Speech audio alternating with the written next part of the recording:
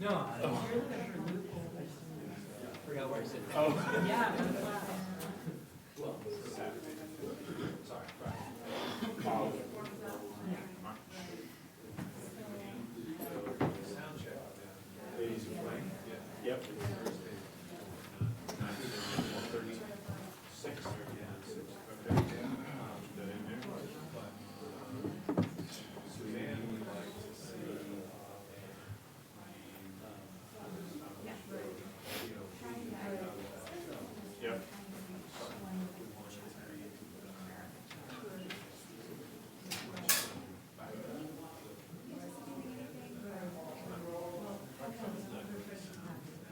Yep. Yep. Yep. Yeah. Matrix or another mix bus, so that what you want to do is you want to be able to vary the settings of cameras. Don't want to have any of the dynamics that you do. You know, you're going to eat. You don't want any of that. You want to have some.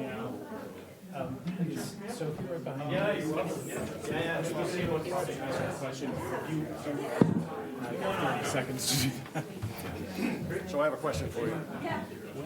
Because Yeah. Have a nice setup. What was that? I will have I will have an announcement, and then I'll have information sharing. Yes. And then I might have another round of information sharing based on the other information sharing. It's gonna be the So I'm gonna do, I have a bunch of stuff to share and discuss, and then I'm gonna introduce the meeting that we had this morning, and then Sophie and Dan and you, and everybody can start talking about it. So, Yes. Steve has a correction to the minutes because evidently left off wasn't here. So I don't know how we could not have been here. You were here, huh? Looks like it, but when a motion was recognized, That you were Seconded, here. so- Yeah. it's sort of a special. Oh my goodness. Wow. I have a question. I didn't realize if you need more time than go the 30 flipping seconds around we back have and to forth. think about it, that's fine. Can Freeport Historical Society have a little Freeport birthday party here next door? Okay, I'm just getting cake There you go. It was really intense. We do it to all of the for whoever just happens to. Oh, that's right, because it's our birthday. Well, it's Friday, but you're not open on Friday. I'll take it. So It's our I birthday. figured we'd do it on Thursday. I love that. Okay, I don't know exact time, but I'm just gonna say it's in the afternoon. Okay. This is my only announcement today. That is your only announcement right now. Okay, we'll take it. You let me know, Tom. Give me 30 seconds. I'm gonna turn something on disturb. You have what you need, Tom? I believe so. Hard to believe.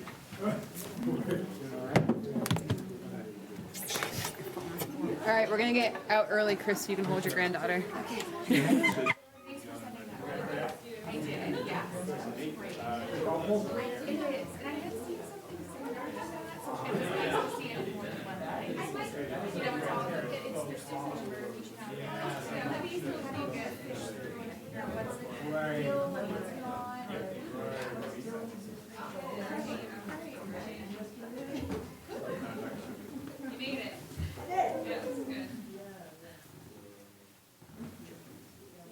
Recording in progress.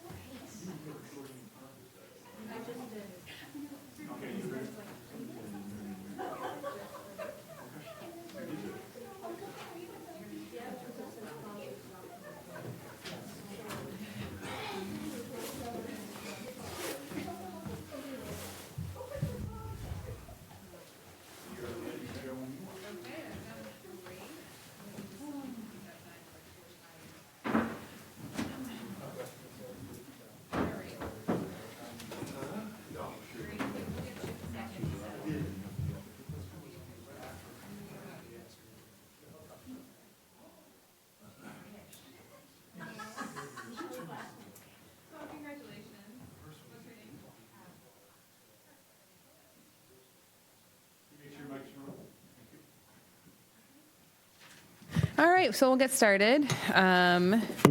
Today is Tuesday, February 4th, 2025. This is Town Council Meeting 03-25.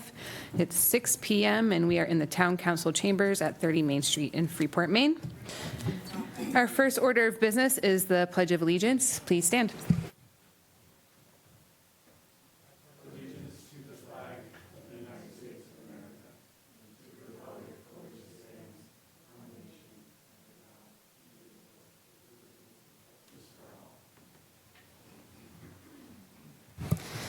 All right, and now we will see who is here. Councillor Egan. Here. Councillor Pillsbury. Present.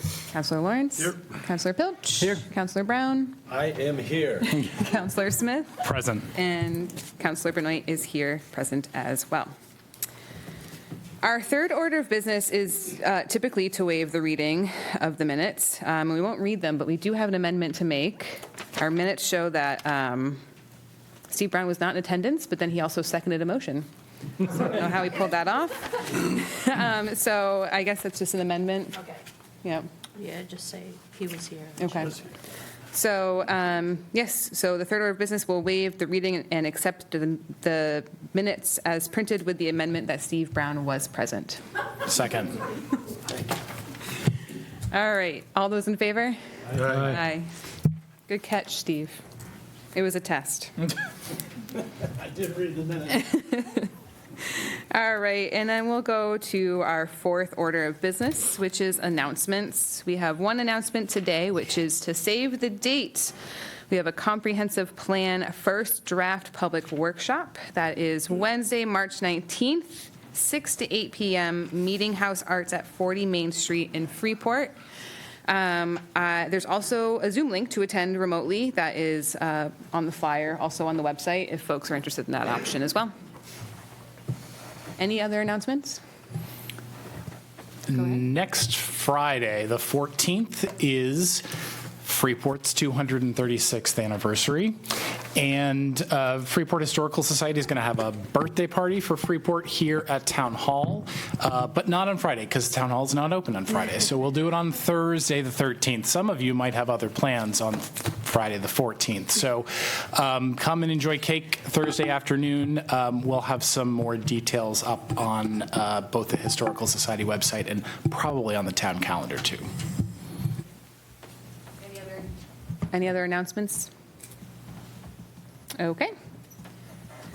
We will move on to our fifth order of business, which is information exchange. This might be a bit longer than typical today. We have quite a bit. Short meetings, but lots happening behind the scenes. First and foremost, before I forget, we will not be having executive session tonight, so we will vote to table that later today. So an extra hour back. We also, so Councillor Smith and I held our first coffee with council leadership on Monday. We had 2 people attend, Rod with Eco Maine, and it was wonderful to talk to him about trash collection and sort of some of the challenges and issues that we are seeing in the future. And I think we'll bring that to council for more discussion on the 18th. And we also had our fearless journalist, Chalmers, also attend for the last couple of minutes. So I'm glad it went well. It was robust, and we'll keep doing it the first Monday of every month at 8 a.m. here in council chambers. Also, last week, we had our joint workshop between council and the Sewer Board of Trustees. I think it went very well. I think we all left feeling like we will move forward together in a collaborative manner. We talked about next steps sort of loosely as making sure we have more regular check-ins and perhaps every 6 months a more formal public workshop. I don't know if there's anything you want to add, Sophie, or counselors as well, of your feelings and key takeaways of that workshop.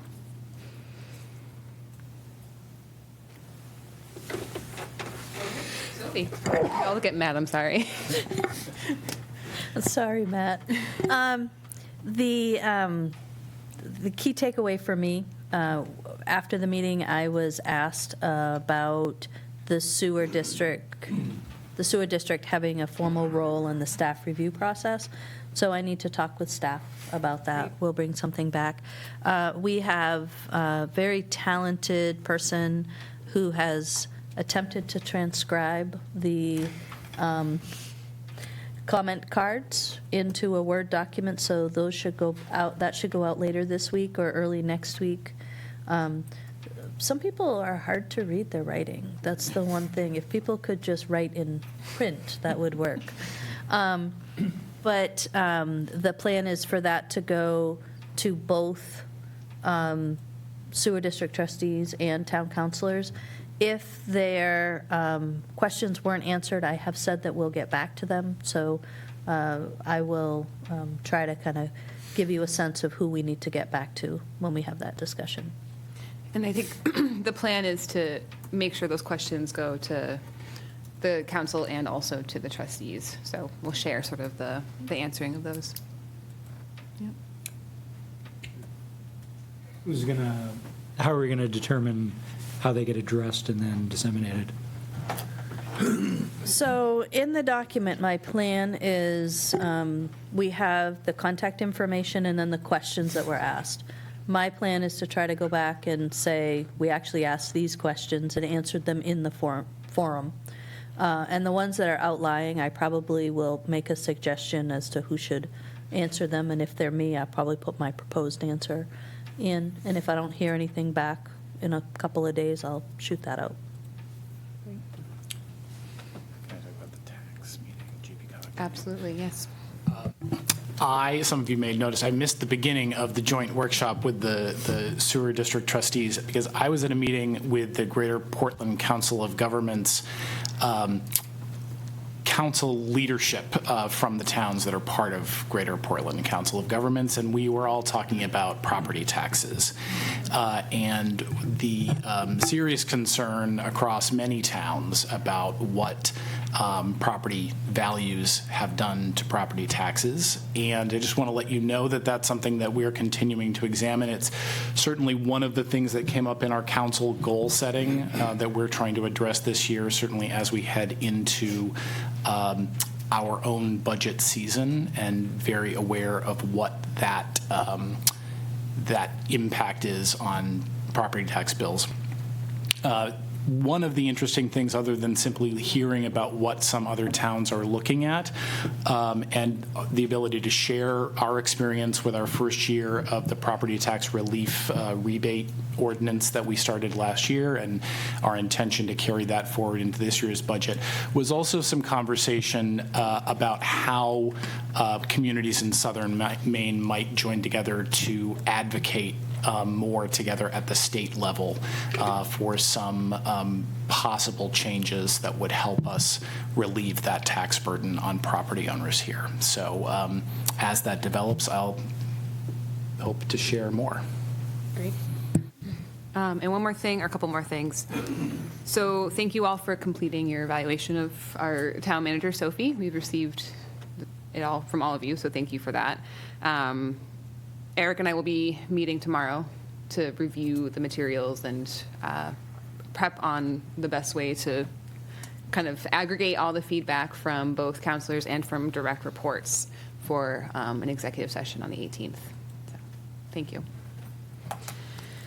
All right. My final item for information exchange is this morning, Councilor Pilch, Sophie, Chief Goodman, and I met to respond and address concerns we've received from constituents and also as residents ourselves about immigration and ICE. I believe Dan and Sophie and also Chief have lots to add to this conversation, but I would just like to sort of kick off the conversation by expressing gratitude. I think it was great for the four of us to sit down and have a conversation and just build relationship. We worked great together already, but to at least build more of a relationship for kind of navigating some of the changing culture and atmosphere over the next who knows how long.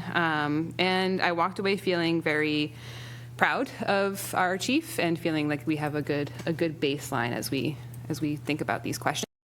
I'll turn it over to you, Sophie, for more of your thoughts, or Chief, or Dan. Anybody else?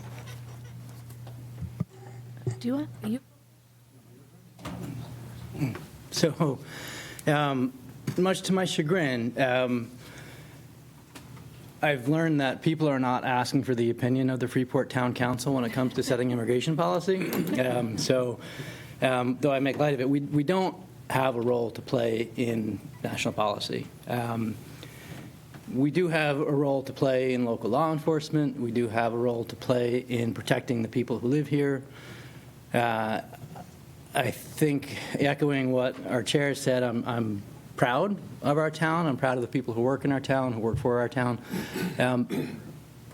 I don't want to make proclamations, make statements that are going to grab headlines. I don't think that serves us well.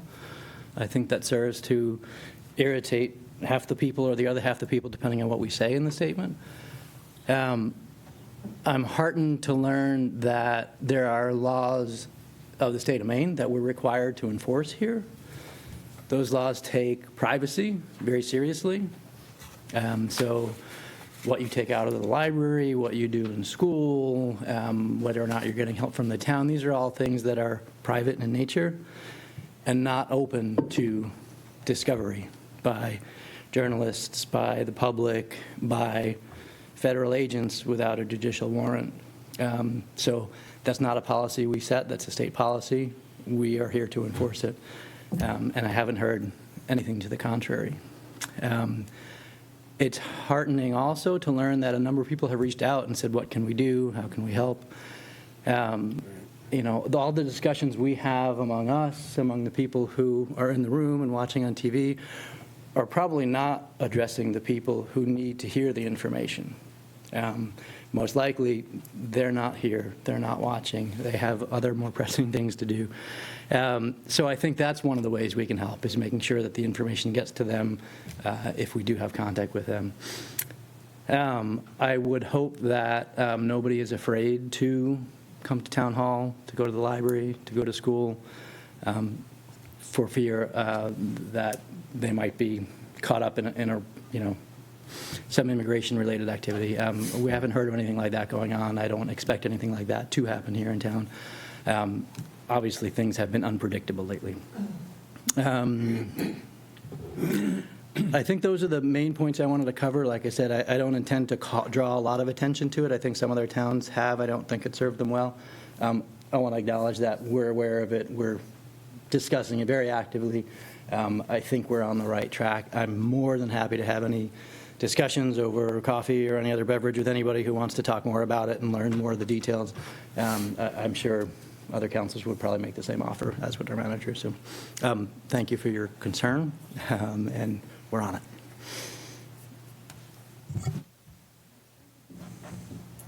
I think that was great, Dan. Thank you. Any other thoughts from council? I think you nailed it. I have one thought. We live in a great town, and part of the ethos in this town is we take care of each other. And it's really been that way for a long time.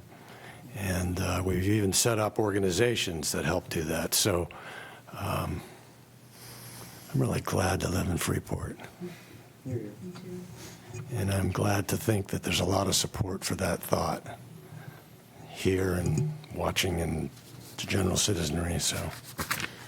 And I do think, you know, from the conversation this morning and from my own personal experiences, you know, Freeport, we strive to take care of and think about the most vulnerable people in our population, and that was just underscored even more through these conversations we're having and some of the thoughts we're discussing.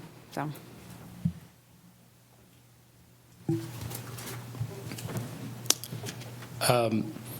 We, as Dan alluded to, live in quite troubling times, and what we've also witnessed in the midst of this time is that some people feel emboldened to lash out against other people, and it's something I'm particularly concerned about. Historically, we don't know why this town is called Freeport. We don't know what the port is free of. But I'll tell you what I would like it to be free from. And it's the fourth of FDR's four freedoms. It's freedom from fear. I know what it's like to be afraid in this town. I lived for years being afraid of who I was and what it meant and how I would be treated by people in this town if they knew. But I also learned that hiding was not the answer to that fear. And I learned that because I experienced harassment and intimidation and very real threats of violence in this town until I started to speak up about it. And I started doing that 30 years ago in this room. And so, though I was standing in the back of the room then, I'm not going to stop speaking up about it now that I'm sitting in the front of the room. So I would like this to be a town, and I believe it is a town, where people can live peaceably and free from fear of their safety, their job, their education, their family, and their community. And I think we can continue to keep this a place where people are free from those fears. I would just like to say that if you are feeling afraid, please reach out to someone. Because as Steve said, there are people all over this community and organizations throughout this community that are here to help you. And it's both the town government and it's the community, it's individuals and it's organizations. And I think that we have what we need to support each other and to get through these times, whatever the future holds.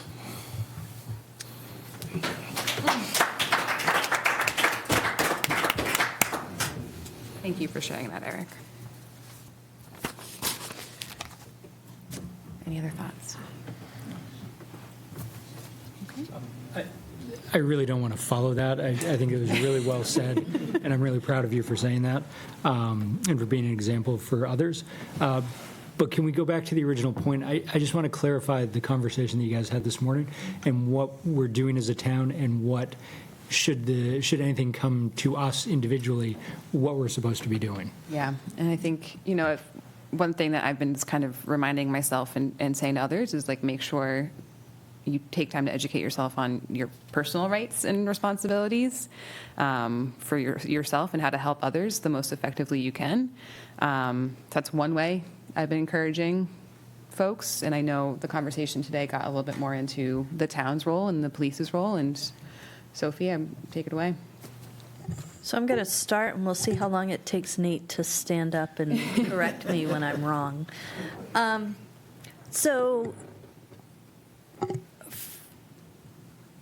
The landscape is changing. The way the town is approaching our job is not, in terms of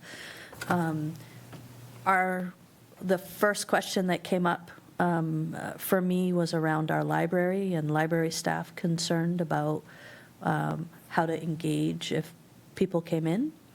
And it really centered me with Nate to talk about the fact that, our confidential things are still confidential. So who is a patron at our library, what they take out for reading, whether or not they're in the building, those are all confidential things, and they are protected under state law. So if we did have an incident, what we've talked about is how can we be the professional public servants that we are and address people in a positive way, but still kind of hold the line on what is our job to maintain confidentiality on. And we have set it up with all staff that if they were to encounter officials, even Nate's team, asking questions for documents or things, just like always, they should be calling me and Nate, and one of us or both of us would come and deal with that. So general assistance records are all confidential. Our personnel records are all confidential. So we would maintain kind of that. I know that the school has a different role, different entity, different role, where they're entrusted with children, safety, health and safety during the school day. And so Nate and Allie Murray have been in conversation with the school and helping the school as they're kind of thinking about their policies. So it's, I think, a very healthy, wonderful collaboration there. For our police department, we have always been incredibly thoughtful around what are people's constitutional rights, what is our role.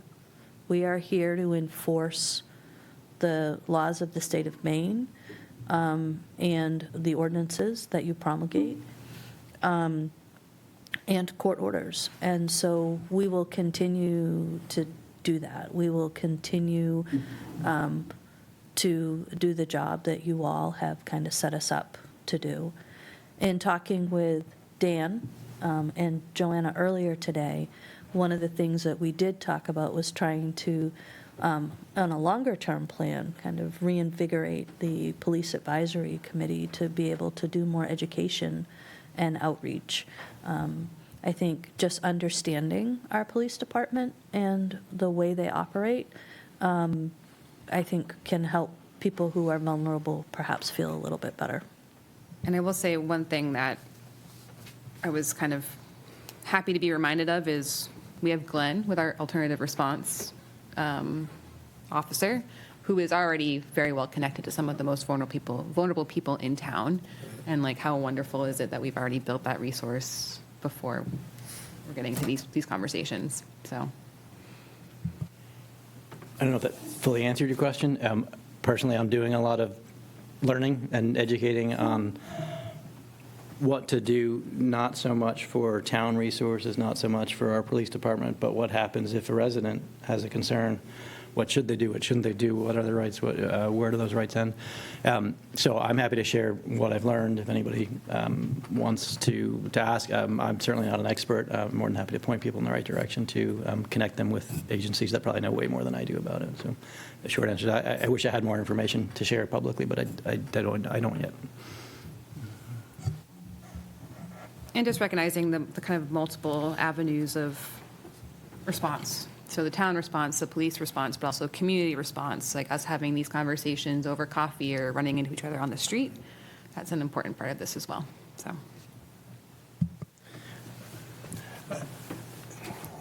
It may be helpful to just remind ourselves that when the weather gets super bad or something difficult happens, it's just natural for people to self-organize. And so there are all kinds of troubles in this world, and some of them are natural and some of them are seemingly made by us, all of us. And but the self-organization sort of principle will serve us well because we live in Freeport, where we take care of each other.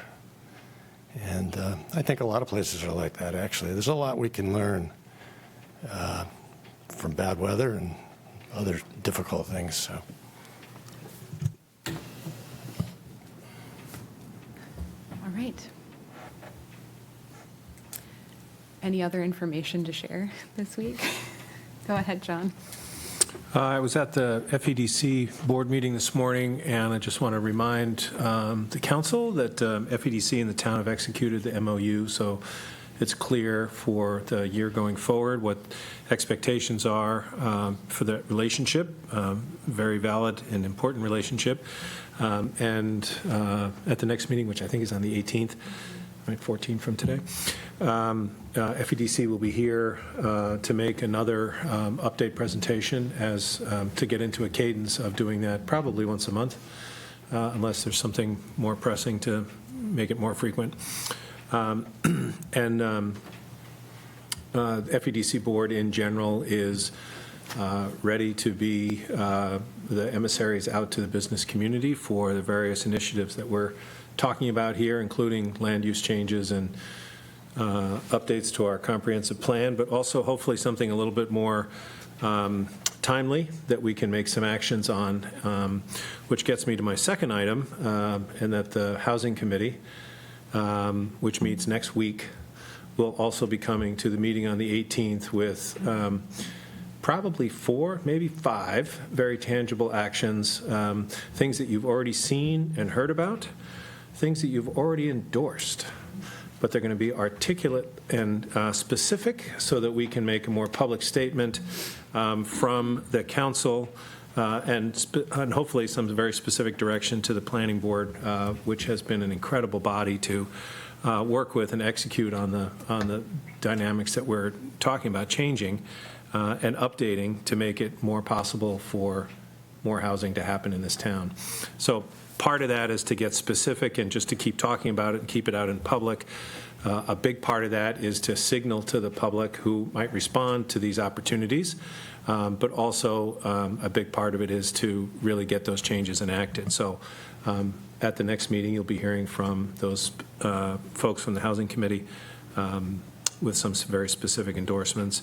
And then lastly, I just don't want to let go of an opportunity that we talked about when Brett made the dog bone presentation, that we had agreed informally that there would be more, it would be valuable to have more education for the general public about how a TIF works and what is a TIF and more importantly, what it's not.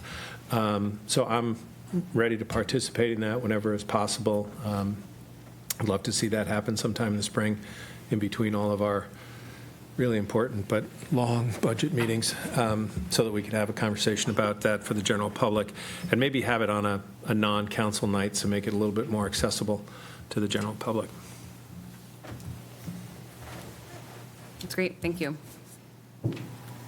Anything else? Okay. Good. All right, so we'll move on to the next order of business, which is the town manager's report. Well, I was all prepared to talk about Chief Goodman. So I have great news. I want to start with great news. And that is that revenue sharing projections came out for FY26. So projections are just that. They make their best estimates, but it's the state's finest economists that are usually pretty dialed in to what revenue sharing is. This appears to be the first year in a very long time that Freeport is going to qualify for Revenue Sharing 2, which is a second pot of funds. So we're anticipating about a $339,000 increase, which will help offset some of the revenue decreases that we're projecting in the budget. So, but great news. See, I come not asking to spend, but sharing. Yeah, that's later. Can I ask a question on that? Yeah. What qualifies us? So Revenue Sharing 2 is set up, it's based on your mill rate. If you're over, I think 10 or 11 mills, you get more. It's a formula that's based on your value to your tax commitment with your population in there. I can actually, I did a little presentation on that in my last community where I explained. So let me see if I can dig that out and share it with council. It's interesting. Usually it's more about service center communities and communities with high tax exempt value. My hunch is that as our mill rate increases, you are seeing some of that change. The other thing I just want to bring to your attention, since we're working across with Buston's Island's administrator reached out to me concerned about lack of parking at the French school, Seoul School. So as you may be aware, that's town-owned property that we rent to the Seoul School. Most of the property goes with the lease, which I think expires in about 60 years. But there in the back, there's a small section of parking that abuts the conserved land. And they are looking for us to try to expand some parking for them. Where the Silver Bullet was out front, they were hoping to pick up those 2 parking spaces. I think the conflict comes in with the fact that Summers, the school is now has robust programming, which now that vacant space, it's no longer kind of a vacant chair. So I'm working with Caroline and Earl to understand kind of the layout. I will be responding because creating a parking lot in conserved lands is not something that we can do. But let me kind of at least share with them what the lines look like and see if they have any ideas how we could better meet their needs within the confined space that we have. So going to reach out for them.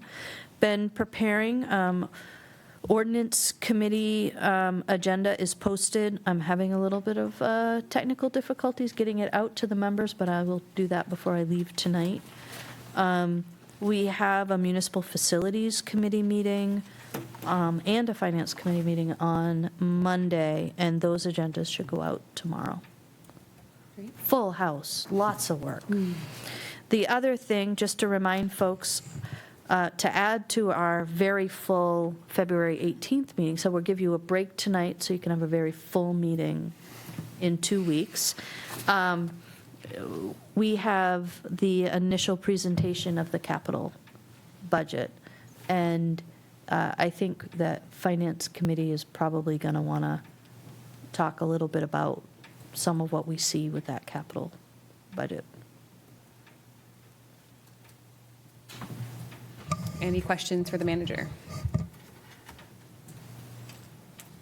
Okay, thank you. Okay. All right, we'll move on to the 7th order of business, part 1. So the public comment period, which is limited to comments on items not on the agenda. This is for in-person attendees only. We ask that you keep your remarks to 3 minutes, and also, sorry. I don't think I said any time limit. We'll talk. We have a new system where if you decide to leave your information on a new sign-in sheet on the back, that will allow us to follow up, because sometimes we can't follow up right in the moment, but Sophie is very good at making sure we follow up after. So if anyone would like to speak, please go ahead. I didn't understand what you said. There's a new sign-in sheet, so if you want a response and we aren't able to give you one, sign in. You can still speak without signing. You don't have to do it for 3 minutes. Okay, Sally Welch, Lanes Island Way. This is going to be interesting, number one, because I really didn't want to follow what's been talked about here. But also, I left my glasses at home, so. But this actually fits a little bit, but not with the impact that we've heard before. But you all know me, since I've been like a prairie dog, popping up about accessibility in every meeting that I can. But for those of you who don't know or remember, my attention to this occurred when I returned here in retirement and promptly broke my leg. I soon found out I couldn't get to places without assistance in using a wheelchair, which Steve Brown will attest was not easy to do, but the wine and the meal at Azure Cafe made it worth it. So, but since the beginning of that, the town has really stepped up and done a lot of improvements, things like parking and curb cuts and crosswalks and railings. Thank you, Earl, wherever you are, to that, okay? Connect Freeport, Conservation Trust, lots of people and committees have stepped up. But there still is a sense of the lack of urgency and importance to pay attention, to have access to everybody. So I want to flip the page a little bit and maybe change the mindset. What would it take, okay, to provide accessibility and have Freeport known as a destination who provides solutions. Also a newsworthy town for what it has accomplished. Consider this. What if Freeport was the spot where solutions to accessibility issues were solved? That organizations like the Travis Mills Foundation would have Freeport first on their list of destinations for research and development. For all the conversations about housing and the desire of the citizenry to have an atmosphere of a small town, such a place would also need to have employment opportunities. What if Freeport could acquire land or work with a landowner or buyer to create a development park focused on accessibility? The location could be north or west of the village, since we've already concentrated on the south. The occupations recruited for that could be engineers, robotics and prosthetic designers and manufacturers, those working with and creating 3D printers, adaptive sporting equipment, both in design and repairing. There already is an adaptive outdoor education center in the Brunswick line, and we've got beans. Architects, construction companies, carpenters, builders, automotive hand drive conversion technicians, not to mention hands-free driving. Office and business design teams focused on accommodating customers along with workers with limitations who have highly desirable skill sets, plus the financial ability to spend in the local economy. There's a world of economic opportunity out there which focuses on accessibility. And although the rumblings around Freeport are being difficult to work with, if you make this a town-wide new requirement for every building possible, not just those that are required since they have a new usage, and also specific for housing projects, whether they're new builds or renovations, then that could be part of any baseline application and eliminate the need for repeat appearances of the project review committee, and also thwart most legal challenges. And I worry about this. I will again remind you that all this seems to be something that maybe is done for others, but you need to look in the mirror, because it's for yourself, your constituents, your families, and your neighbors.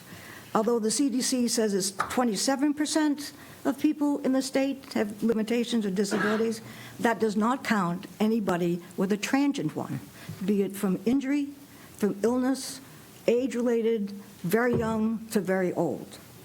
I had hopes that the Social Equity and Equity Committee could assist with these town efforts, but they're no longer in existence, and we know what's going on right now. So we have to look for individual participants sought out by governing bodies, such as yourself, who will need to step up to assist in these efforts. Perhaps some of these past committee members will assist in this. That's the business side. But where would these people shop or go out for a meal? As Brett Richardson will tell you, the ability to get to a restaurant, new or old, is surprisingly unattainable. The handicapped access in the parking garage and outdoor doors are not accommodating, and the effort getting from them to any destination is daunting, even for those without mobility issues.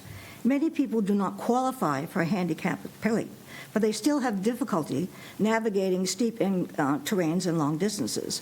Think trying to have sushi at the Ahi Sushi restaurant? Not with those stairs. How about the new restaurant coming in, Milongo, whatever that is, Milong Togo? Nope, steep stairs to that level, then another set to Main Street, a curb preventing handicapped access to the restaurant, and no close parking. Yet think, what about putting in a strategically placed platform chairlift that goes from that level up to Main Street and back down, up to the Vineyard Vines area, and do another one near the Tuscan Grill? They might prove an incentive for even the locals to come and use the town center, and not just have it be for the visitors to drive, park, shop, and leave.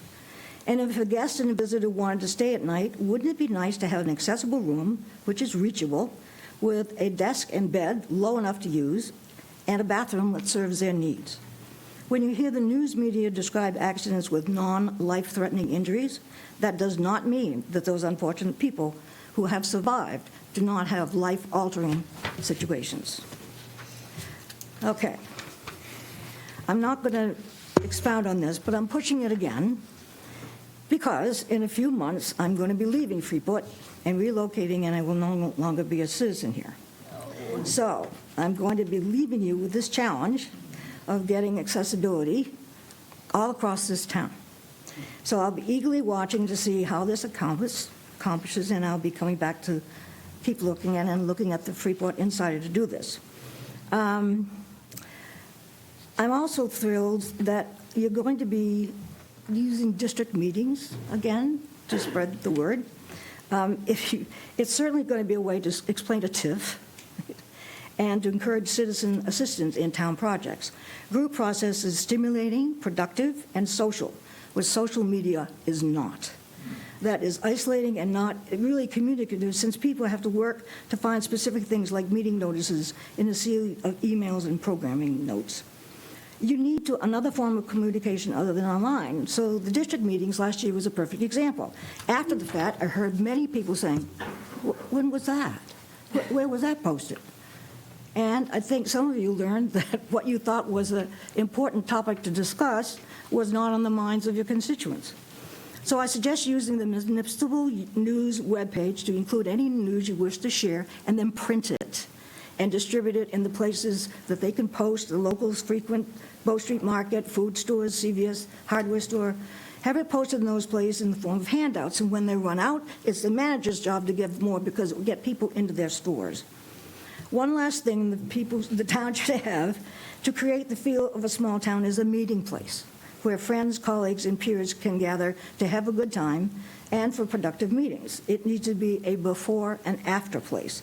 Before school and work, for coffee and nourishment, before and after the lunch crowd, after work, before dinner, after dinner, and the show, or whatever, for a glass of wine or a cup of coffee. Perhaps the new owners of the Jameson Tavern site could create such a place. Or I've heard there's a great location on Main Street at an empty lot near the high school and the town hall for what might be used. So, thanks for the time. I hope that you will achieve the ability to live, play, and work for everybody in this town, and I'll come back for that cup of coffee and glass of wine. Oh, thank you very much. I let her have the time because we did talk beforehand, so thank you. What a way to announce you're leaving. I'm very sad to hear that. Sophie and I were kind of whispering before you finish, and I think before you leave, at least Sophie, Brett, you and myself should sit down and talk. I'm not leaving for 2 minutes. Okay, well, time flies, so we'll have to make sure we connect with you before. So thank you for everything you've done for the town and the community, and we'll miss you. I wonder if I can negotiate more than 3 minutes based on. I know, I'm sorry, I know. I really try and be fair. She did email me beforehand, so we'll give it to her. See the timer up there. Yes. I'm Tony DeMarco. I represent the Freeport Wood Bank. I've met some of you, and just want to start by thanking the town leadership for all the support, the land, and many of the other things that you've done to help us get this off the ground. I'm here with my co-founder, Jordana Feely. I have 2 requests, and I'm hesitant to make any requests based on, having received so much support already. But the first request is for some signage, specifically a sign right in front of the recycling center, similar to the signs that exist already, just to announce the presence of the wood bank there. And a second sign within the recycling center, just to help direct people to the location, since it's way in the back. So it sounds like there's maybe a yes there. I know you can't give the answer yet, but second request is, I'll back it up a little bit by saying that we've had 2 workday weekends, Saturdays, where we've had 10 or 12 volunteers each day, ranging in age from 14 to 84. It's been great, really building community. We were able to process in those 2 days 6 cords of firewood. We have quite a bit of wood to process still. Unfortunately, it's covered with snow, and it's not really entirely accessible. It gets a little slippery as the snow starts to melt and people start to tamp it down. So my second request is if we could get a little bit of assistance with snow removal in and around the woodlot area, just to help with safety and to keep us moving through the winter. If we don't, we may end up waiting until March or April before we can open up the woodlot again, and we'd lose some valuable time getting wood prepared for next season.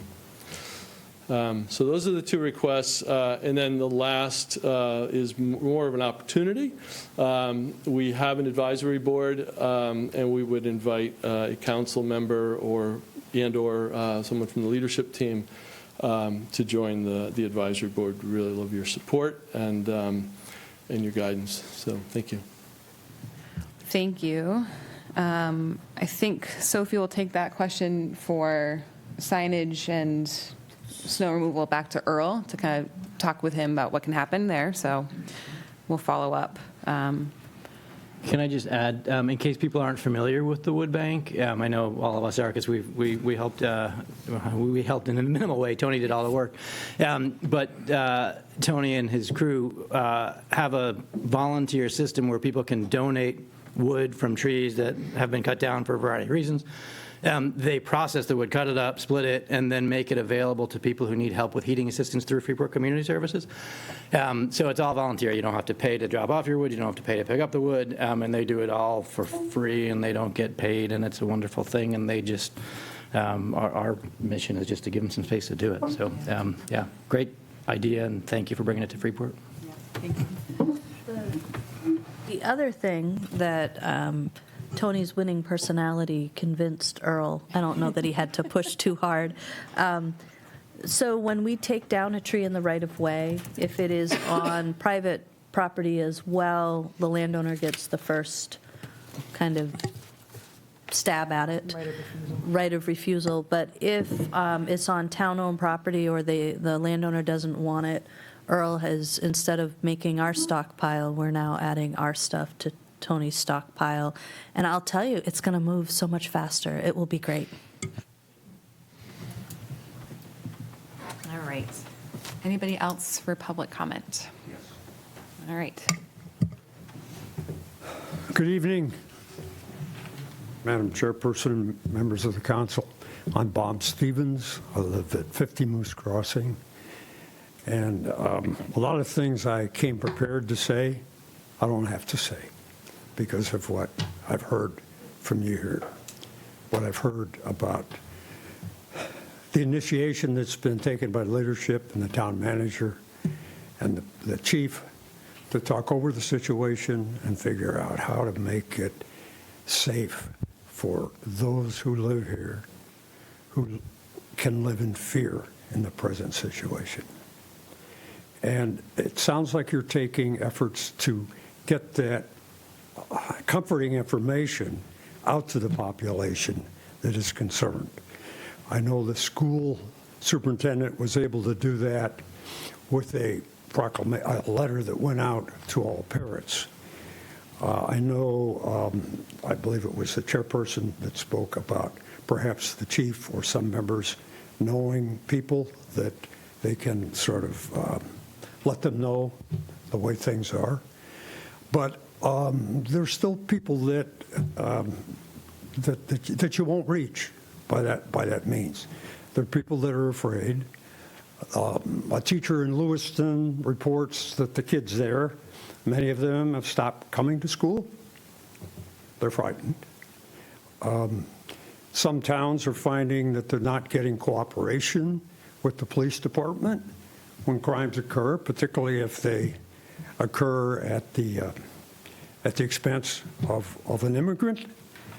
And though those things haven't happened here yet, as far as I know, the word still has to get out that basically, sure, people don't have a right to ask you to obstruct the enforcement of federal law, but they certainly hope that you won't do anything more than has to be done to comply with the law. And I do know that there is still fear out there.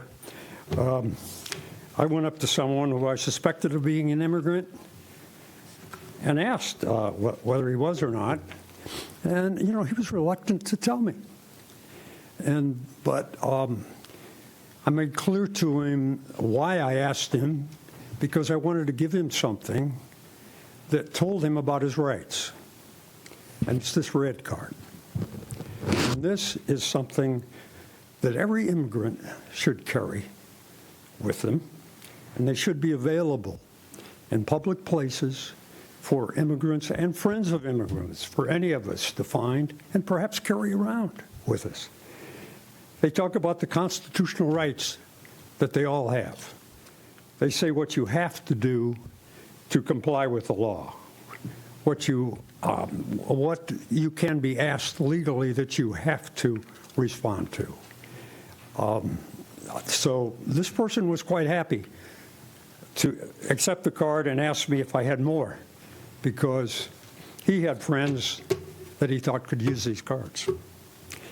So like we did when we had problems with anti-Semitism in town, we took steps to make people not be so fearful. I think we had a display even out here in the town hall where someone could indicate, I remember picking up a pin that indicated that they were concerned and they were identifying with their fellow citizens, residents.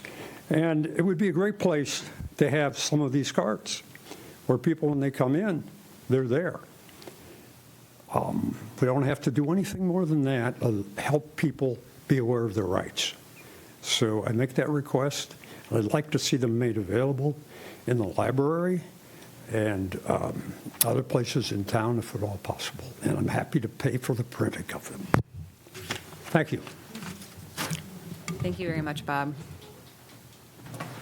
And I think it just kind of calls back to what I heard Councillor Pilch and myself say of, I think one of the best things you can do in any time of history is educate yourself on your rights and obligations. So thank you. Any other public comment? Okay.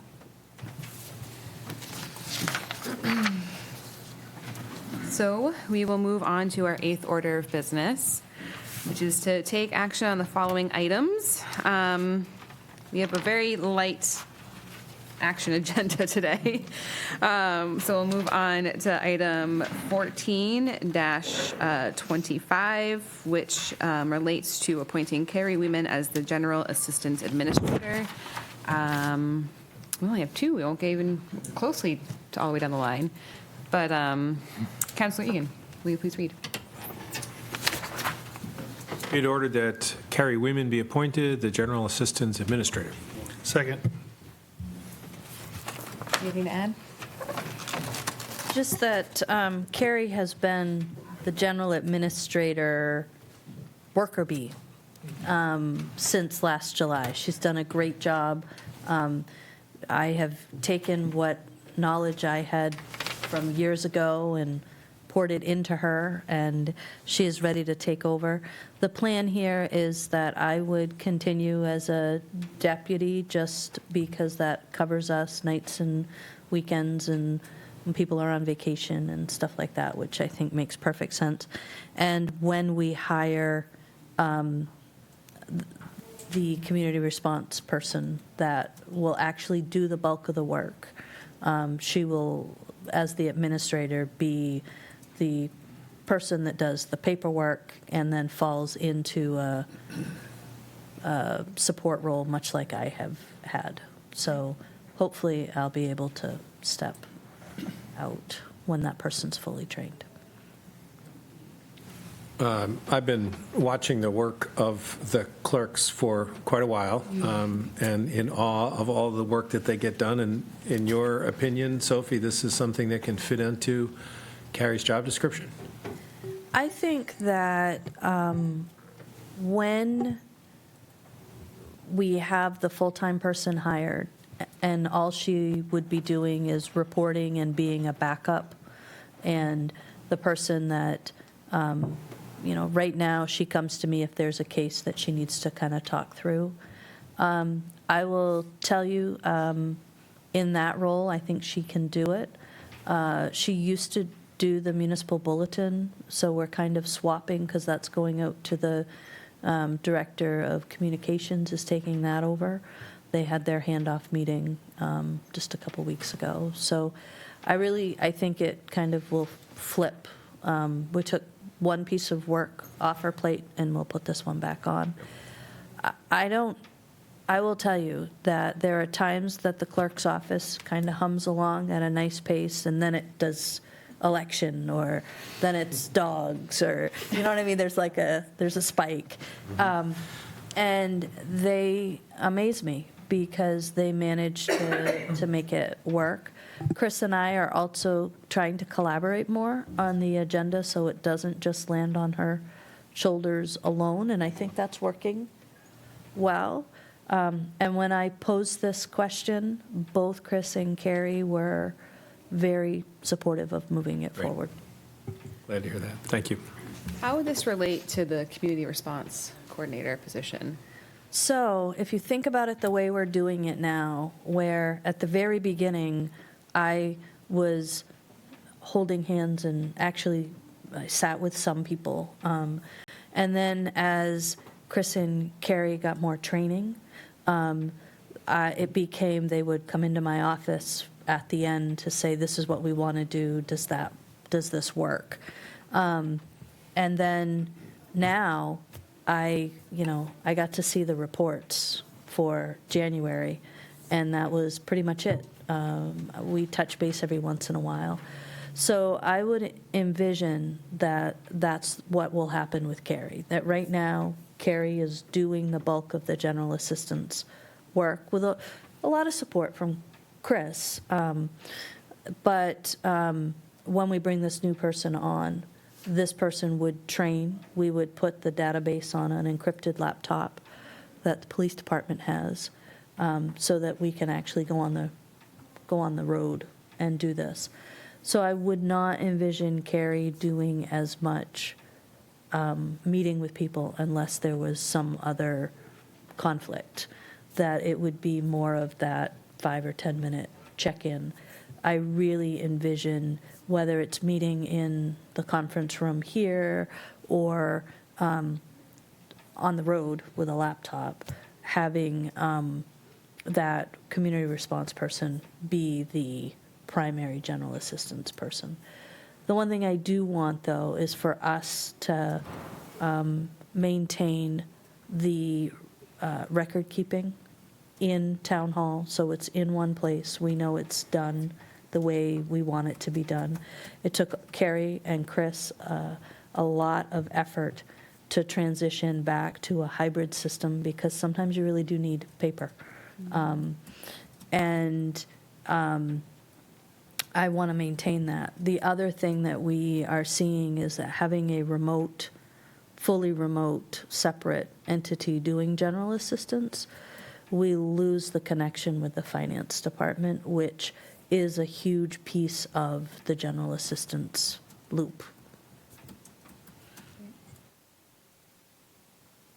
Any questions? Okay. All those in favor? Aye. All right, moving on to item 15-25. This is an action relative to submitting an application to the Maine Municipal Bond Bank for our ladder truck. Councillor Pillsbury, could you please read? Sure. Be it ordered, the town council authorize the town manager to submit an application to the Maine Bond Bank for an amount up to $1,500,000 to fund the new ladder truck purchase. Second.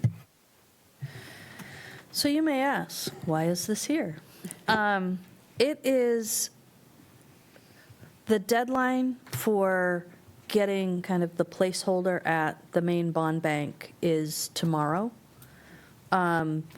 And so putting in this one-page application where we identify Freeport, we identify the maximum amount we're going to ask for, we identify the general terms we think we might want to go for, and we identify who our bond counsel is, essentially allows us a place. Talking with our bond advisor, we're still going through the process of certifying the referendum. He has raised questions about the process that we are trying to answer for him, which is a little frustrating. I'm just going to be honest, because Chris and the staff, not everybody used exactly the same process for the referendum that we used for the bridge bond, and there was no question. So he is going back through, taking the information that Chris has given him. So we'll be able, hopefully, to report back to the Finance Committee on Monday about how that process is going. We'll have a little over, I think it's almost 2 months before we have to identify the exact amount that we want to borrow and the exact term that we want to borrow. And at that point, we will, there will be a more formal application, but at this point, it's a 2-page application that kind of saves our place in line. So I put this here. I'm not 100% sure that even after with the ordinance and everything, I absolutely need this, but I'd rather be on the safe side than the sorry side with that. Questions? Is this, we're applying for the full amount? Does that mean we have to use the full amount, or is that, okay? It's just We couldn't. standard practice, yeah, I got it. Yeah, we couldn't do more. We're essentially saying what the max would be. Right, okay. And the decision-making will be under the advisement of our financial experts, Will be part of the budget process. part of the budget, in other words. So I would say for this particular one, given the amount of conversation the council's had about, we don't know how much reserve we might want, or if we want to use some reserve to pay down something, I would probably bring that back in some form or fashion to have a conversation, and at minimum get head nods, and most likely get, one of those pesky items. Can I ask that you leave ample time for that discussion? It might be really quick and we might all agree, but I know that it's come up before and the public has asked, how much are we bonding, how much are we using from reserve? So as long as it's not a last minute, we got to decide by tomorrow kind of a discussion, I think that'll be okay. My sense, talking with Matt just in passing about the agenda, is that we likely are going to start that conversation on Monday, at least with, here's what your general capital budget looks like, here's what your reserves look like, here's what this bond might look like. We don't secure or lock in the interest rate until the bond is floated. My understanding is the bond bank is quite conservative in their calculator, but we'll run a bunch to show you the difference to the taxes. Can I ask a bond bank process question? When we put in an application, does that commit us to borrowing something? My understanding is no, that it's not until we get further in the process. There is a deadline in, I think it's mid-April, before they float the bond. That is yes, when you're doing it. Thanks. You have talked in the past about the other option, aside from the main bond bank, to float our own bond. Have you ruled that out at this point, or is that still an option that's on the table? So I think the option's always on the table. I am concerned this is a really small borrowing. Our last issuance was with the bond bank, so it is not a refundable issuance, so you can't refi it. In my experience, we have paid, not Freeport, but in previous communities, $65,000 to $70,000 in bond cost. And it does add a layer of reporting requirements for our finance team. So when I look at this, I think we're going to get a better deal going with the bond bank with a much larger issue than maybe, anywhere from $1 million to $1.5 million. That is, when I have been floating bonds. We have been refunding. So the smallest one I did, I think, was 8 million, and the largest one I did was 17 million.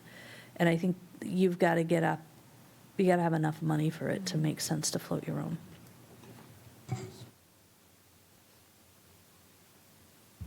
Any last questions? Okay, all those in favor? Aye. And that wraps up our voting portion of the meeting. So our seventh order of business, part 2, is public comment period for virtual attendees.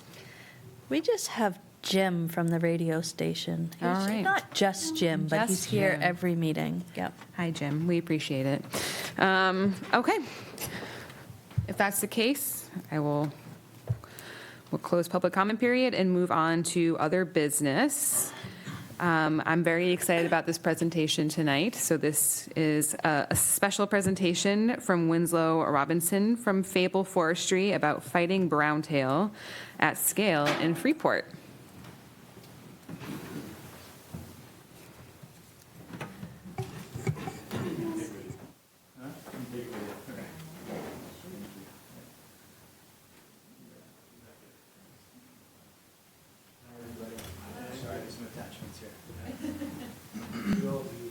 Yeah, right, exactly.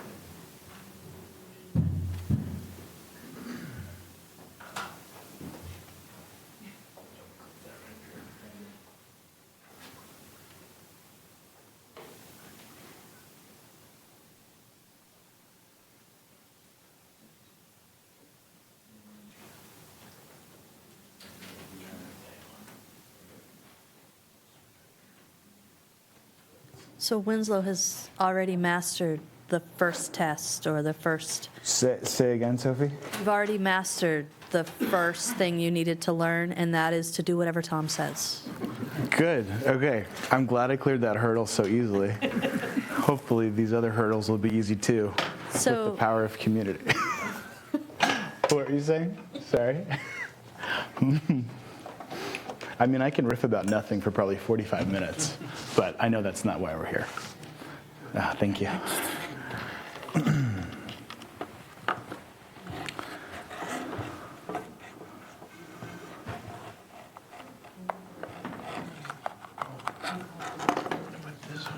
Okay.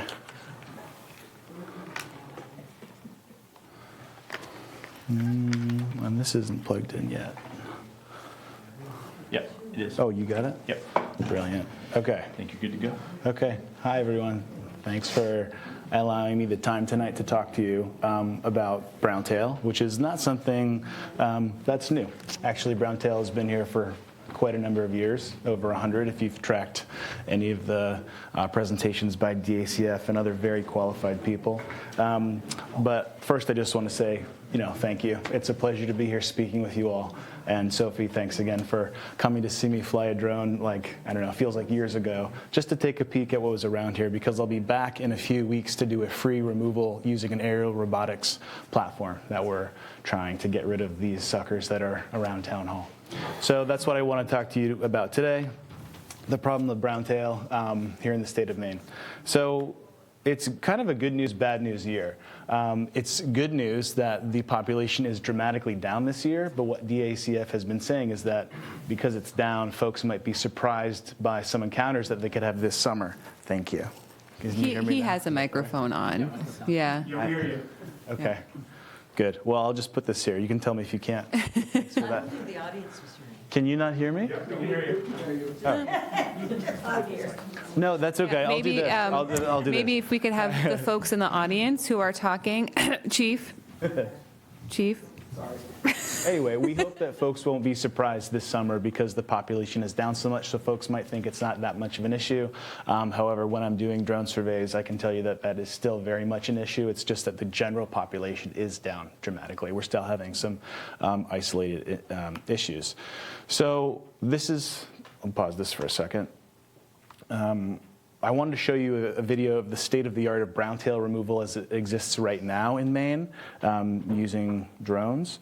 And I'm one of about 8 people in the state that have done this work. But this video will give a good capture of how we're going about it today. It's really kind of an unnerving problem to have, to live in this beautiful lakefront wilderness area and then have my family and children are somewhat afraid to go outside because they know that they're going to get these rashes.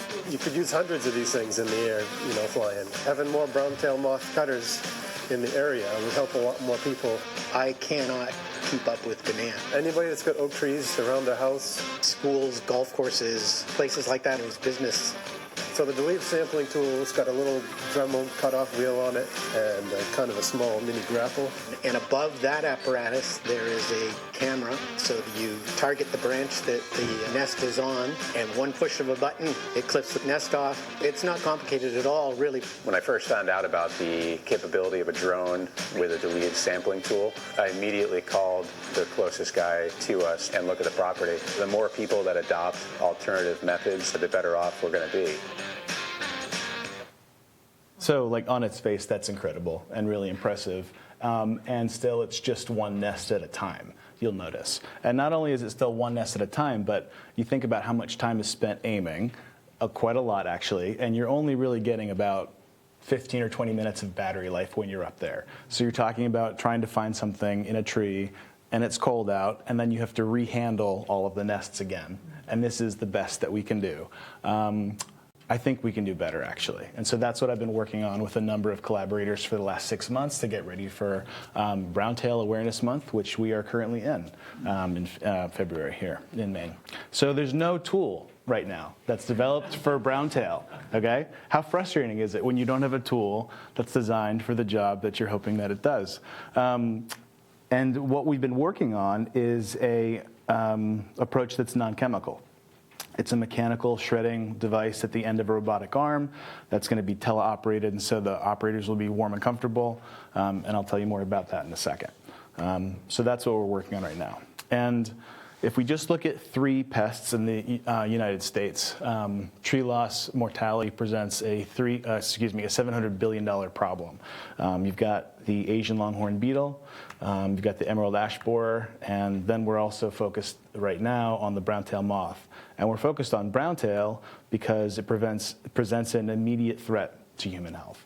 It's something we want to take care of right away. But there's an approach that we're developing called the locate method, and I'll break it down here in a moment, which allows us to go after all of these pests using the same design thinking framework that we've built and are applying for funding for all over the place. This is that framework. And at its heart, it's a simple checklist, but it helps us wrap our arms around these incredibly, seemingly, I should say, intractable problems and break them into really basic steps. The first step in this method is to actually identify what you're looking for. This is a photo that I took with my drone at our property down the road at Fable Farmstead, and they don't look like many other things. They're pretty easy to identify even if you're just walking around town. You can tell, many folks can tell what they are easily. So imagery is one way to look at them, and high-resolution imagery is something that we have, but we're also looking at something called hyperspectral data, which means that you can detect the chemical signature of a light that is reflected back to a camera. So down at the bottom here, there's a graphic of the silk in a browntail nest being distinguished from the dry leaf matter behind it. And so we can also train an AI algorithm to detect the chemical signatures of browntail silks that are reflected back as a way to sort of validate the imagery that we're seeing. So this is another thing that we're looking at in terms of this locate approach. You can also then think about this at scale, because that's the whole point of this method. We can fly a drone over an area, and I'm a licensed and FAA licensed drone pilot. I've been doing this for about 5 years, and get a detection and a prediction of where each tree is, and you can imagine what this looks like if you were going to detect each nest. And that's our goal, actually, with this method for browntail, is to convert each nest to a waypoint to then go target them and remove them at scale. And once we do that, we can then actually start to geofence sections of the population and reduce them until certain critical populations can no longer sustain themselves. And that's the goal of this geofencing phase. Now, the targeting is what we're actually focused on this year. And I'll get into that more in detail in a second, but you can imagine that if we're converting each nest to a waypoint, you can send a drone to a specific area. So we can already do imagery that's centimeter level accurate, and we feel like we can do the same thing here with each nest. So we have one of our collaborators, Levitas, has been really amazing to work with. And just for a moment, look at this and count the number of nests that you see, and tell me how many you see.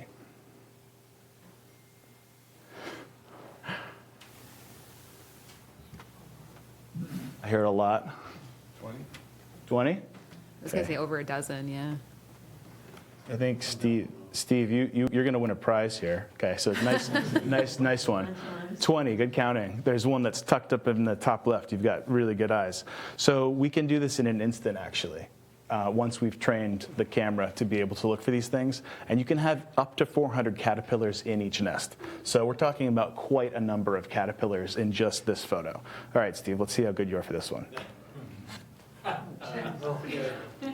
It gets harder when the background changes, right? So often we have the benefit of looking up, and on a good day, you can sort of detect them, and it's pretty easy. This gets trickier. That's okay. You're doing great. You're doing great. So this is a massive predictable problem every single year, and I think it's 1897 that they have been here in Maine. So if we can identify all of them, we can bring them and collect them into one area. And I'm curious about converting them into biochar, which has then all of these other possible, very interesting social benefits. For example, it's storing carbon, it reduces soil compaction, and it may even be used as a PFAS sorbent to pull PFAS out of water columns.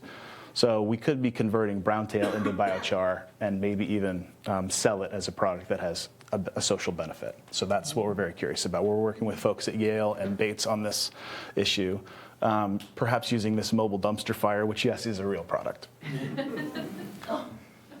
Anybody recognize this area? Yeah, it's Winslow Park. So I flew this in the summer, and it's over 1,000 photos that then I stitched together. A computer did it. And over that, I overlaid everywhere there was an oak tree. And so this is what a visual treatment plan looks like for Winslow Park if we were to go out and actually approach each of these trees that could potentially be a host to browntail. And it's about 122 trees. The 50 feet just denotes what we can reach with the lift this year. And I'll talk about this more in a moment, but the aerial lift we have gets you above any tree in Maine and then has 50 feet of side reach to be able to go 360 and pick all of these off. Anybody recognize this area?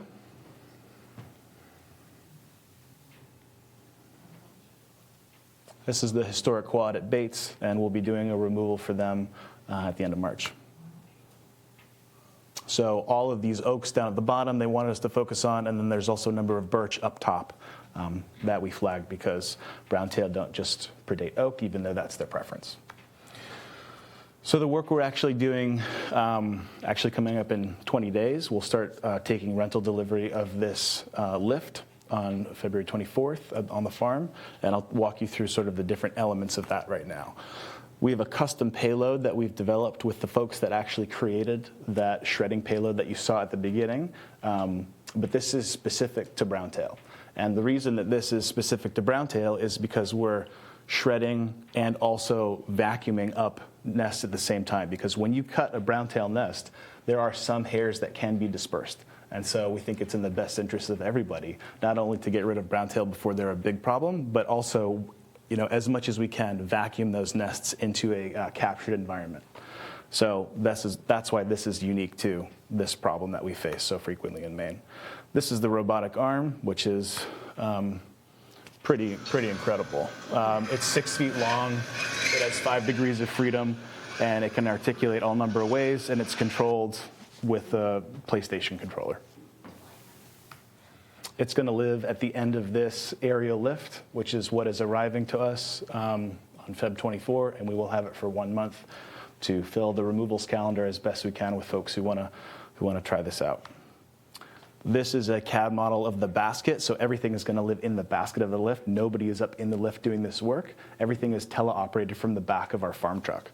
And all of the nests are actually going to be conveyed up the arm through that green mechanism, which is a billy goat debris shredder, which creates suction through an impeller system and brings the nest all the way into a hopper, which is just a cardboard box. And then we can fire that box in a biochar unit once we have it through partnerships. And if you can convert browntail to biochar, I mean, I think that's a pretty interesting story. It's something that we're really keen on and have been cranking on for over half a year, just down the road. This is the back of the truck that we'll be operating out of. This company, Hard Cider, is going to glaze the top of this roof so that we can have visual line of sight to the arm while we're doing the work. And also in the cab have vision using a camera that's up there being streamed down to the truck. So we'll see everything in two ways. This is what it looks like all together. So our plan is to park in a convenient location, then be able to teleoperate and control everything that's happening up there, vacuuming everything through a filter system so that we're reducing the likelihood of any hairs escaping the closed loop. We can't do this by ourselves, of course. There's a number of folks that we're working with, and we feel very fortunate to be working with them and partnering. And again, I just want to impress upon everybody that this isn't just for browntail. This is for any invasive forest pathogen. And as I'm sure you know, Maine is the most forested state in the U.S. So we have our fair share of these and will for a long time. So we think that this is a method that may have some merit, maybe not just for those pests, but others like hemlock woolly adelgid, and perhaps even ticks as we start to think about robotic dogs and different ways of mapping the forest. So this is where we get really interested in non-chemical rapid mitigation methods to get rid of things that are affecting people and the planet. And if we can convert some of these things into products and processes that are useful to people, we feel like we should. And this is kind of the process of design thinking, if you're familiar. It involves, this is probably every other minute of the day when you're going through it, and you go through these waves of hope and confidence and insight, and then you bounce back and forth. But it's really the only way to assemble something that's never existed before. And so I think that this place, if I can get this to work, will be familiar to all of you. We live in a really beautiful area. We're incredibly lucky to be here. And I feel very fortunate to be working on these kinds of problems with people who care as much about our community as I know you all do. And I just wanted to close with a note of gratitude and this pretty sweet pan shot of where we all get to live. So thank you. This is incredible. Thank you very much for sharing this. Sophie's been talking it up for at least a couple of weeks now, so this delivered. So what's the scale? Like, how big are you trying to make this endeavor? Do you have an idea? It's as big as people want it to be, because it's not just about us. It's about whoever wants to benefit from this kind of thinking. Yep. So I think it starts here in Freeport, and then Maine, and then maybe New England, because $700 billion is a really big number.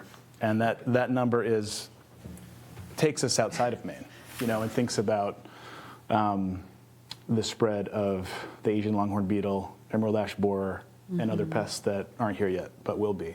And one of the things that I think is interesting about this method is that you can create steps ahead of any other pest being here, such that if you can identify them ahead of time, you can have a mitigation plan that you can then activate.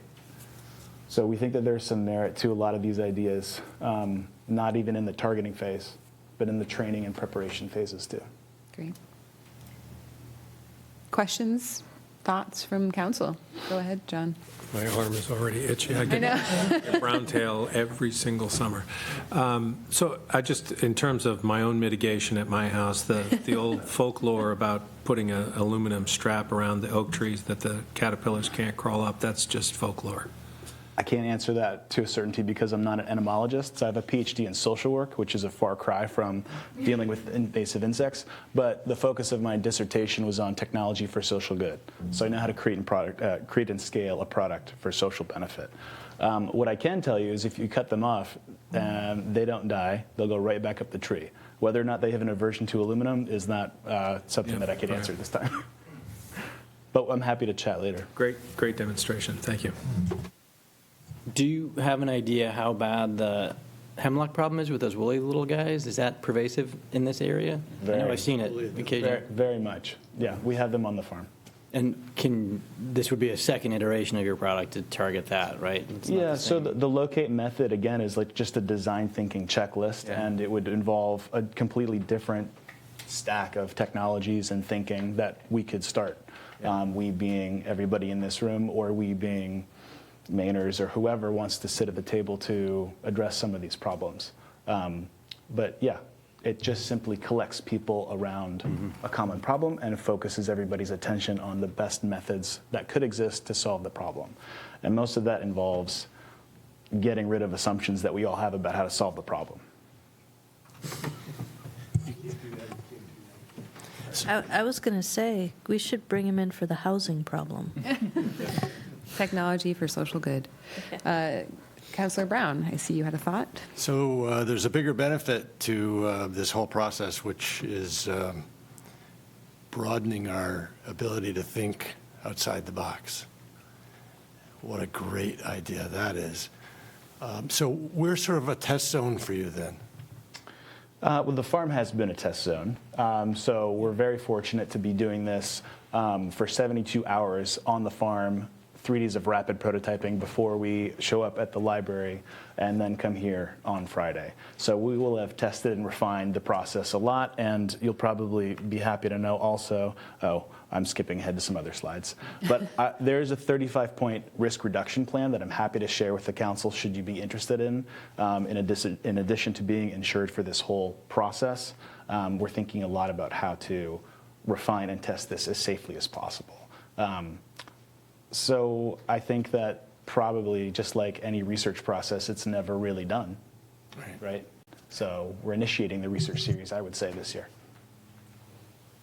Could you repeat when and where you'll be doing this on town property? Yes. So on Thursday, and I have been in communication with Winter extensively about this. On Thursday, I want to say that's the 27th. Somebody could check me on that. The Thursday of the week starting the 24th. We will be at the library in the morning. I mostly ask because maybe I'll come.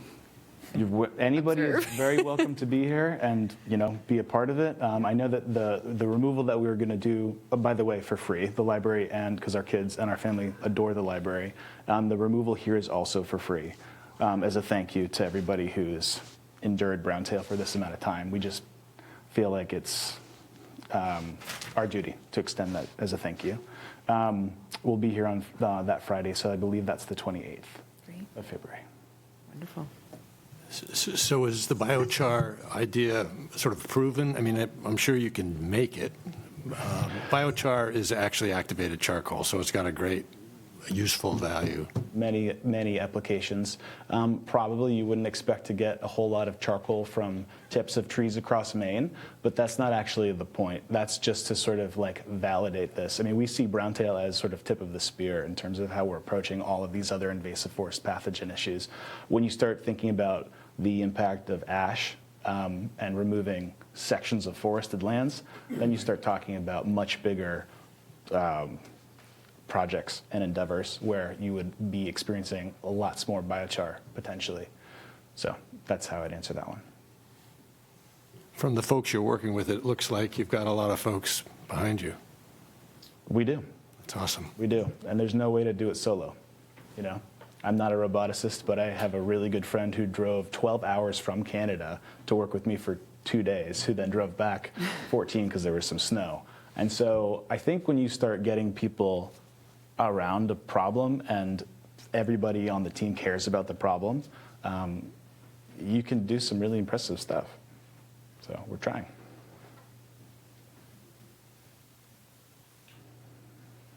Can you say more about the Lyme, about the tick removal? Sure. That is also very preliminary. But if you go onto YouTube, you probably delight in some examples of prototypes that were using bicycle tires and a towel soaked in permethrin to drive around areas and kill ticks, in very localized ways. And also, some of those prototypes would exhaust CO2 using dry ice. And it's not really, because ticks are predatory, they are drawn to that and will adhere to the towel. At least that's the theory. You saw that robotic dog clip. I mean, the technology has come so far in a short amount of time, and it's going to continue to amplify. I'm in conversation with some of our robotic buddies, and I mean, it's not unlikely that we could be trialing something like that this time next year if the stars aligned and there was funding, and we got our hands on one of those really amazing wheeled robotic dogs, which actually could cover a much larger acreage using wheels instead of feet. So it might be the wrong animal. What you might need is a robotic chicken. I mean, I think nothing's off limits when it comes to design and Start working with Boston Dynamics on the chicken. Yeah, we're gonna talk. Yeah. Logistic question? Sure. When you pictured Winslow Park, Yes. that's the town park, but there's private homes all along the waterfront there. And there's infestation all along those private homes on the waterfront. Yep. So what's your approach to those homeowners who resist doing anything that doesn't bother them? The oak trees are like 70 feet high. Yeah. And you're in the middle of that. Sure. You control your little piece of property. Yeah. It's expensive and it's frustrating because every year you have to sort of. Yeah, this is a population level problem, right? Not only for people, but also, we're dealing with browntail, which, if your neighbor doesn't treat for them, you're likely to have the issue. So the way I've been thinking about that is just saying, well, you can keep the browntail on your property as long as you'd want. We'll take care of what we can, so long as folks want to remove them. And I'm happy to talk about cost at any time, but it's cheaper than chemicals. Because this is a research series and we're not presenting this as a solution, we're learning, it's priced as such. So it's actually incredibly affordable given what the technology is and what we think it's capable of. Yeah, sure. And I sent a quote over to Neil, I think, in October, and I'm sure he was too busy, but I didn't hear back. So we're happy to show up, and we still have openings during the month of March, if anybody wants to chat. You don't have to answer this if you don't want to, but your funding, what kind of funding are you looking for? So I think everybody's looking for free money. Yes, absolutely. Yeah. Grants. Yeah, grants. I think at this stage for us, the thing that's the most valuable is time in the field. When you're creating something that has never existed before, you have to at least have enough money to not worry about money, but we're not trying to become profitable. We're trying to demonstrate effectiveness. And so that means for us having as many sites as possible. So the more sites that we can get this product onto, the more access, the more we can achieve together. And that's sort of what this slide actually is all about, is helping us spread the word. If I was going to ask two things of the council, this would be one, helping promote not just what we're doing, but what everybody is doing across the state, chemical or otherwise, to help reduce the population. This is simply our approach, but there are a lot of other people doing really excellent work. And while I'm on that, I'll just hop to the other slide that I have. This is a remarkable drone that can stay aloft for nearly 5 hours. And that means it can scan a tremendously large acreage. When we're able to actually map browntail with this kind of fidelity that we know we will be able to do, we will need a waiver from the FAA because you will no longer be able to see the drone, and that's illegal without a visual line of sight waiver, which is called a BV loss waiver, beyond visual line of sight. So that's something that at some point, perhaps we can talk about. Maine being the largest forested state means that we could certainly achieve this in a very safe way. And so it's simply something for us to consider and think about. I can't remember what's next. Maybe all of my safety. I have a 35-point plan that I can go into in case you want to ask about it.